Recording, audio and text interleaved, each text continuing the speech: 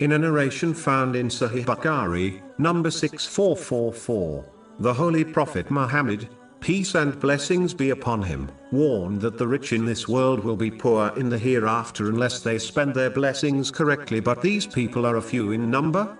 This means that the majority of wealthy people incorrectly spend their wealth, meaning, on things which are either vain and therefore provide them with no benefit in the hereafter and no real benefit in this world, or they spend on sinful things which will become a burden for them in both worlds, or they spend on lawful things in a way disliked by Islam, such as being wasteful or extravagant. Because of these reasons the rich will become poor on Judgment Day, as they did not use their blessings, such as their wealth, in ways pleasing to Allah, the Exalted. This poverty will lead to a difficult accountability, stress, regrets and even punishment. In addition, those who hoard their wealth will find that their wealth abandons them at their grave, and so they will reach the hereafter empty-handed, meaning, as a pauper. This has been warned in a narration found in Jami' at-Tirmidhi, number 2379. The deceased will leave the wealth behind for others to enjoy while they are held accountable for earning and hoarding it.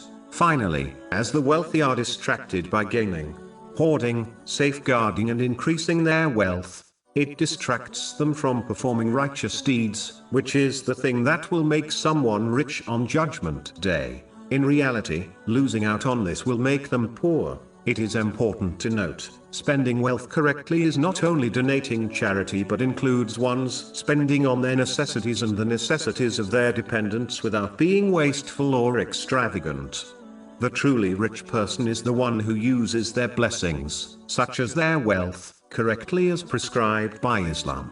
This person will be rich in this world and in the next. Chapter 16 An-Nahl, verse 97. Whoever does righteousness, whether male or female, while he is a believer, we will surely cause him to live a good life, and we will surely give them their reward in the hereafter, according to the best of what they used to do.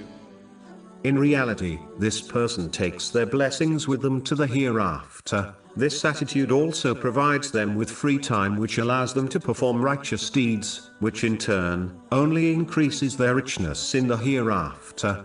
Finally, the one who uses the blessings they have been granted in ways pleasing to Allah, the Exalted, has demonstrated gratitude to Him. This will lead to an increase in blessings for them in both worlds. This is the correct definition of richness. Chapter 14 Ibrahim, verse 7. And remember when your Lord proclaimed, "If you are grateful, I will surely increase you in favor."